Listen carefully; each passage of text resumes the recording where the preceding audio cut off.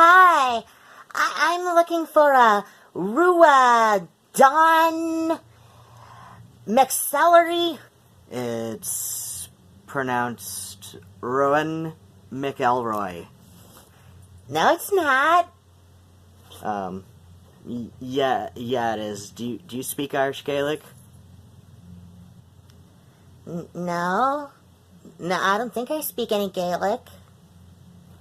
Then, if you don't, then I think I know how my name is pronounced, and you don't.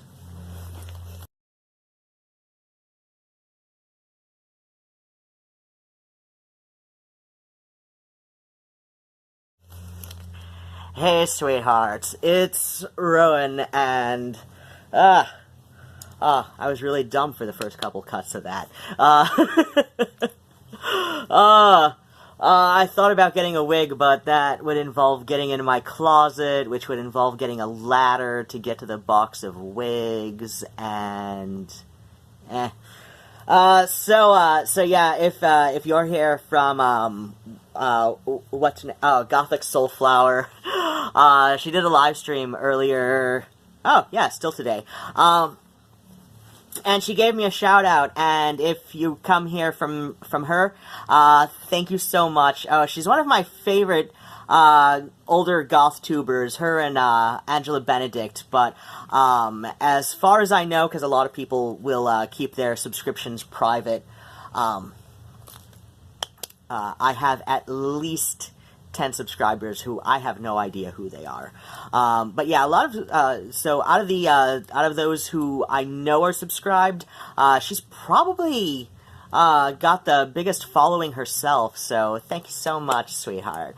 But yeah, you probably heard how she mangled my forename, and yeah, toward the end of the live stream, I even I even added in the chat that, you even watched my video this morning from, where I say my name at the beginning, and I do in all of my videos. So, so yeah, the wonderful ways I've heard people mangle my name. Ruadhán is a common one. Ruadhán is another one. I've gotten Rodan a couple times, though every time I do, I'm never expecting it, and if I figure if I'm ever expecting it, I should, make some kind of mechanical chicken noise, like in the Godzilla film, because I think Rodan was the mechanical chicken in one of the Godzilla movies.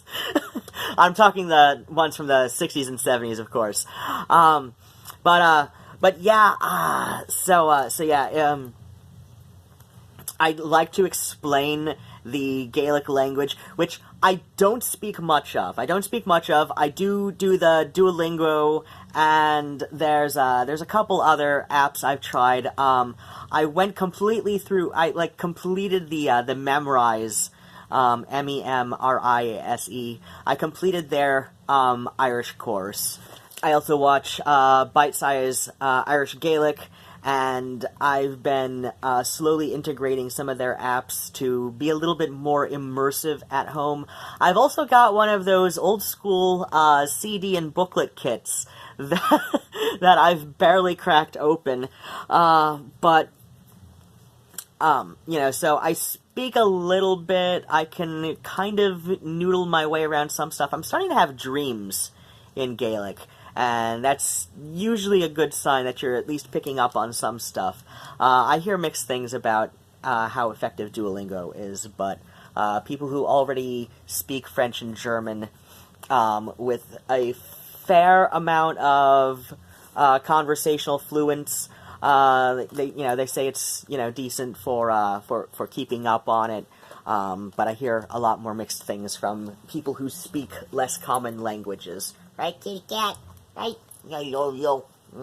He doesn't speak languages. He speaks kitty. He speaks kitty. Oh, all right. Fine. You want to be in my face, but on your terms. Okay, so, I like to explain Gaelic to people in this really jokey kind of way. Hi! First off, if you're at all familiar with Celtic languages, there are two primary categories of Celtic languages, and that is Gaelic, where we get Irish, Scottish, and Manx, and then there's Brythonic, which is where we get Welsh, Cornish, and Breton, and debatably Pictish. Debatably. Regardless of what you've heard from people about Pictish, there is some debate over whether the Picts were, properly a Celtic tribe or not. Therefore, there's debate over whether their language would have been considered Celtic or not. So I kind of just barely speak any Irish, and so if you've seen Welsh, if you've seen the Welsh language, you will see what looks like a whole lot of superfluous consonants with, like, barely a vowel, which is kind of, that's just how English works. In Welsh, the W is a vowel, and it's more kind of like an oo sound, like the double O's in English. So yeah, in Welsh, W is usually treated as a vowel. So yeah, like, I like to joke that the Irish language is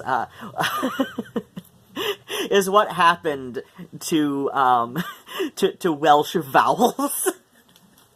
So I like to joke about that. I like to joke about that sometimes, because I've also, like, summed up, like, how Welsh looks to people who aren't familiar with Welsh, but growing up in Metro Detroit. And yes, Toledo's Metro Detroit, this is a thing. And yes, I went to high school in rural Michigan, as I've said in other comments that were made today. That is also true. But yeah, like, Toledo, Ohio is Metro Detroit in the same way that Gary, Indiana is the Chicagoland area, and Orange, New Jersey, I think Orange, maybe it's Trenton, I don't know, like the top half of New Jersey is, like, basically the New York City metropolitan area. So when I say Metro Detroit, I'm not talking like Detroit, I'm talking the general metro area. And how that works out, that is true for all three of those big cities, Detroit's still big enough. I don't know. The way that works out is true is it has to do with the highways and the way the highways were designed. And if this still doesn't make any sense to you, then you're obviously not from the United States, and please pity us. This seems to be a uniquely American thing, as best as I can tell. It's like I said, it's got to do with the way that the freeways are set up. But yeah, growing up in Metro Detroit, especially Ohio, part of Metro Detroit, there's a lot of people of Polish ancestry, and so, people are familiar enough with the Polish language in this area to be able to recognize it, even if they have no idea how it's pronounced or what it means. In fact, there's a few variant pronunciations, seeing as it's February, mid-February, late February now, as we are just enough past the middle mark, so it's going to be Fat Tuesday soon, and in the Metro Detroit area, Fat Tuesday is also known as Puczki Day or Puczki Day. I think in Poland there's a few different regional variants based on, like, regional dialect on how it's pronounced, but you see Puczki or Punchki a lot in, that's how you hear it pronounced anyway, not see it. So yeah, in the Metro Detroit area, you'll hear Punchki or Puczki a lot. I've also heard Puczki sometimes. And the way it's spelled is P-A-Z-A-C, and the other C has a little tail on it, K-I, and somehow this says Puczki. So yeah, I was bringing up Polish because I will liken Welsh to people who are unfamiliar, who have never seen a word in Welsh written. I will say, imagine Celtic Polish. So that way you have this mental image of like how many consonants, at least as is recognized in English, how many consonants, proportionate to vowels. Because I just told you how you spell Puchki. P-A-Z-C-K with the C has a little tail underneath, K-I, and somehow that spells Puchki. Like I said, I don't speak Polish. I've picked up a couple little things here and there, just growing up in the Metro Detroit area, especially in Ohio, where a lot of Poles settled. A lot of Poles, a lot of Hungarians, a lot of Russians. I don't understand that. But yeah, as far as Gaelic goes, I speak very little, all things considered. I could probably figure my way around a couple of the Gaeltacht neighborhoods in Dublin and Cork, maybe. So I'm talking like the bigger cities where there are indeed some Gaeltacht neighborhoods where it's designated as an Irish first language area, or at least dual first language area, and that's for cultural reasons. But it's still But if you look like a tourist, or in the sense that nobody around there knows who you are, so you might have come from another city, they'll be able to like hold your hand through it. If you're clearly fumbling through your Gaelic. And that's the thing about the Gaeltacht neighborhoods that I've learned, is that if you are from that neighborhood, everybody knows who you are, and they know that you speak Gaelic, fluently enough. On the other hand, that also means that if you are not from that area, they will recognize you as, a tourist in the loosest sense, like, you may be here from Dublin visiting family in Cork, or vice versa. So they're going to assume that, you speak English primarily, if not exclusively, and then there's the fact that like some regional dialects, and that's the thing with the name Rowan. All of the ways I've heard it mispronounced, there's also two primary ways that that are considered a proper pronunciation. And I do air quotes all the time. Somebody tell me to stop. And Kitty. So there are two primary ways that are considered an acceptable or proper pronunciation of my first name, which is Rowan. So if you go to behindthename.com and enter in Ruadhan, ideally the second A should have a fada, which is a little accent mark, and fada, I know that is Irish for long, so fada over the A would be a long A. Based on the various learning avenues that I've had, I'm not really sure exactly the difference between the long A and the standard A, or without the fada, I guess. But I do know how to say things passably, or at least recognize it. Like, I'm not exactly sure how to describe the distinction in how it's pronounced. If you go to behindthename.com, like I said, ideally the second A should have a fada, but you can just enter it in without it. If you do want to enter in the fada on a Windows keyboard, I don't know how Mac does it. I know there's a way to do it with the thing, but I do know with Windows, you want to hold down the Alt key and then go to the number pad.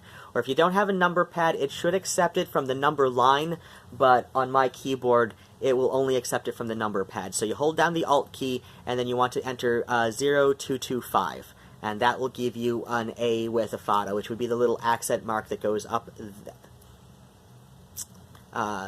It goes up toward, like, up in the direction of the N, not down in the direction of the N, if that makes sense. I've never seen a down mark, over any of the vowels or whatnot in Gaelic. So ideally you want to put a fada over the second A, which they will not do on American paperwork. Like, I just have the second A is just plain. So that kind of, that's like, wow, that is one of those little subtle things that you don't, like, when people talk about privilege and how certain things are privileging, like, privilege is probably not the ideal word to use, but it's become common parlance, and so, like, in sociology jargon, it doesn't mean that you're getting anything extra. It means that yours is treated as the default. And so, as somebody who has a name that is not an English name, so Ruadhán is not an English name, it's like we're forcing the letters in my paperwork to conform to the English alphabet, which means that it's not going to be written properly. And it's one of those things that you don't really think about, really, until you're confronted with it. So, yeah, I was just... So yeah, I'm really, I was thinking about that, after I got my name paperwork in, and then I didn't really think about it again until I was watching the Trevor Noah special, and his mother is Osa, which is spelled out with an X, O-C-H-A, Osa, I think. I don't know. It's one of those, he defines it as one of those clicking languages, and he speaks it beautifully on his Netflix special. But I'm getting sidetracked. But then again, it's Trevor Noah. So you go onto BehindTheName.com, and it will recommend the pronunciation of my name as Ruadhán, R-O-O in all caps. So big R-O-O. You want the emphasis there, Ru, and then A-W-N, I believe, is the second syllable. So Ruadhán. And that is an acceptable pronunciation. And depending on the region, I forget how, like, which regions, prefer Ruadhán and which ones prefer Rowan.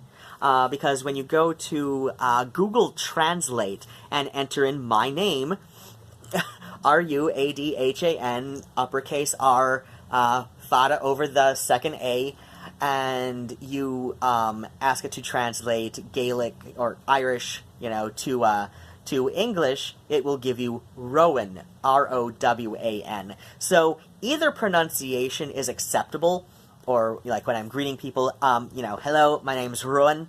My own pronunciation, I don't put like a huge emphasis on the Ruadhán in that one. In the first one from Behind the Name, I kind of aim for something in between both dialects, just as a personal preference. I'm sure there's a regional dialect where, my own little take on it is perfectly acceptable. So when I say to people, my name's Ruadhán, like ruin. Ruin.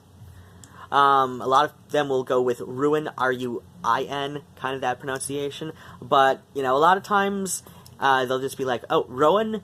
Yeah, sure, Rowan. Yeah, you can probably sometimes see me, like, look very slightly frustrated with somebody not quite nailing it, and then I'm just like, nah, Rowan's fine. But yeah, it's Ruadhán.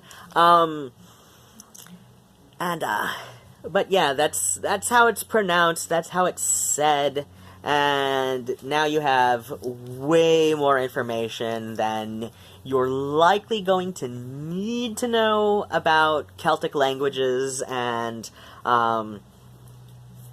and all that, and all of my little side thoughts that my ADHD-addled brain does, even though I'm on medications. But so yeah, that's how you say Rowan, and it is a Gaelic name, and that is not English. And now you learned that there is a that there is a sort of treatment of the English language as a default, especially in the States. I'd like to see how they do that in the UK, where, you know, there's at least closer contact with Gaelic. But I know, you know, of course, in Ireland, you know, they spell my name properly with the fada over the second A. But yeah, I'd like to see how that works out in the UK. So if you're from the UK and you have a Gaelic name, be sure and let me know. Oh, one of my favorite stories about about people's reactions to my name is, so the 2016 election, I was watching the Facts channel, which is an Irish YouTube channel, and, you know, so, like, people from Ireland, a lot of them are now on this new, channel called Try, where, you know, they try various snacks and things from all over the world for the most part. That's usually what I've seen on there. Facts did a lot of things similar, and they did a lot of other videos. I would compare them as kind of like, you know, like an Irish BuzzFeed, but with original ideas. I'm not being catty at all, no! But yeah, I was watching their live stream during the 2016 election. And it was a U.S. election, but, you know, apparently a lot of places in the world were watching the U.S. 2016 presidential election, just, you know, for the train wreck, because, you know, why not? I live in the States, I'm American, I'm, you know, yes, I have a fancy pants accent, but it's mid-Atlantic, trust me. it's mid-Atlantic, which is an affected accent, as you know, it is an accent that people learn. See examples such as Katharine Hepburn, Kelsey Grammer, Vincent Price had a mid-Atlantic accent. So then what happens? So I'm watching Facts, and just, you know, just being completely nonsensical, you know, I type in on my laptop, you know, because people are just, like, saying all sorts of things and asking them questions, and I suddenly ask, should I order a pizza right now? So yeah, they see my comment, they see my question amongst all of them, and I'm sure a lot of it had to do with my name. So they see my my question, you know, scroll up. Oh, Ruadhán McElroy. Oh, that's a name there, isn't it? And I just, like, busted out laughing. I was just busting out laughing because it's like, yeah, and at least of all the places on YouTube, I knew that if they were gonna give a shout out to anything that I'd said in the little live chat underneath the stream, it would be the Facts channel that would get my name right on the first try. As far as the Celtic languages goes, the one most commonly spoken natively would be Welsh, then followed by Irish, and then, if memory serves, Scots Gaelic, Manx, Cornish. No, I think Breton would be before Manx. Or would it be before Scots? I don't know. I don't know where Brayton works in on that. But yeah. As far as, you know, if you want to take the side that the Picts were a Celtic tribe and they spoke a Celtic language that was likely Brythonic, that is considered a generally dead language. I do know not a lot of it survives, but there are some surnames where it survives, and one of my exes was a Malcolm, and he's likely a Pictish Malcolm, as in anglicized from I forget how it's spelled, as, you know, that's considered the Pictish origin of Malcolm. Maelcom, I think. But yeah, his is Malcolm. And I would always, joke about, like, how, well, because the way the Scots, ended up in Scotland. So the way that the Scottish, migration, worked with the Celtic migration, so, like, the Celts settled in Ireland first, and then basically you had all of these clans that, became Scottish, and it was basically we voted them off the island, so so that X and I, like, we often went back and forth about, we would get into those little petty little arguments that you do when you're a couple long term, especially if you were friends first. You'll have these little petty arguments that you both know is not about anything important, and but you go in this little, like, back and forth, like the Bickersons and the Lockhorns and all that, and oh god, I'm an old person. And I'll just like, well, that's why our people voted yours off the island to go play with all those crazy blue people with their sheep in the rocks and all that. And he'd be like, well, at least our people haven't had every Tom Waits album in the top 40. That's a fun fact about Ireland. Ireland is the only country in the world that truly understands Tom Waits. And I say this because, especially in America, a lot of like Tom Waits has been generally kind of ignored before Swordfish Trombones, and there's nothing wrong with that. I think that's when he really started coming into his own. Whereas before, he was pulling from some old blues traditions and folk traditions and whatever kind of folk pop hybrid kind of thing you'd call Jim Croce and stuff, and James Taylor and all that. But he was he was a bit more of the introspective and all that. But it's when he got, oh god, I think I summed up Swordfish Trombones to somebody recently by saying, like, this is the record where Tom Waits, like, was not only drinking whiskey, but drinking whiskey and listening to Captain Beefheart. And I grew up with a mother who listened to Zappa and Beefheart and all that, so I meant that as, like, the highest compliment, and I love Tom Waits, so I mean this with, like, the highest compliments, and, so, yeah, but yeah, like, long before, Swordfish Trombones, he was making albums, I think as early as 72. Oh god, I always brain fart on the title of his first one. I think it's got Old 55 on it, is his first one has Old 55 on it. Does it? Why don't you know? So yeah, I think his first album has Old 55 on it. But yeah, that kind of, like, piano sort of thing, almost sounding like Randy Newman, just the man with his raspy and his piano and all that.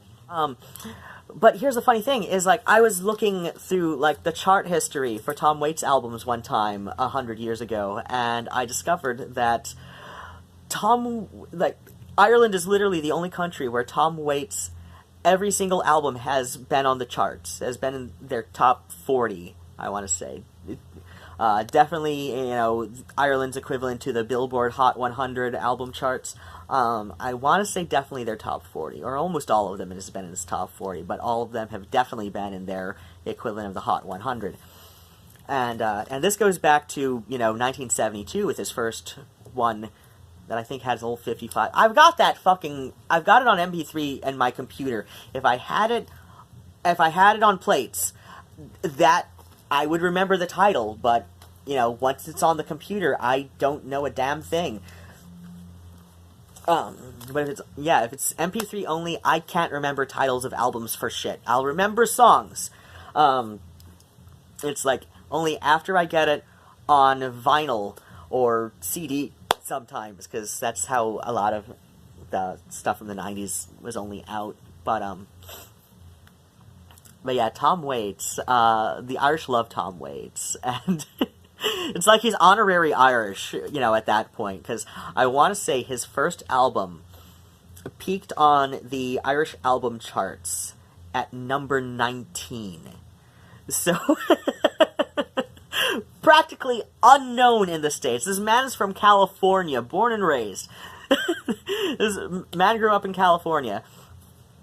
But somehow, his way with song has struck a chord with the Irish people in this way that, this unknown in his homeland of California, in these United States. But Ireland, they're just like, there's something about this man that is Irish in spirit.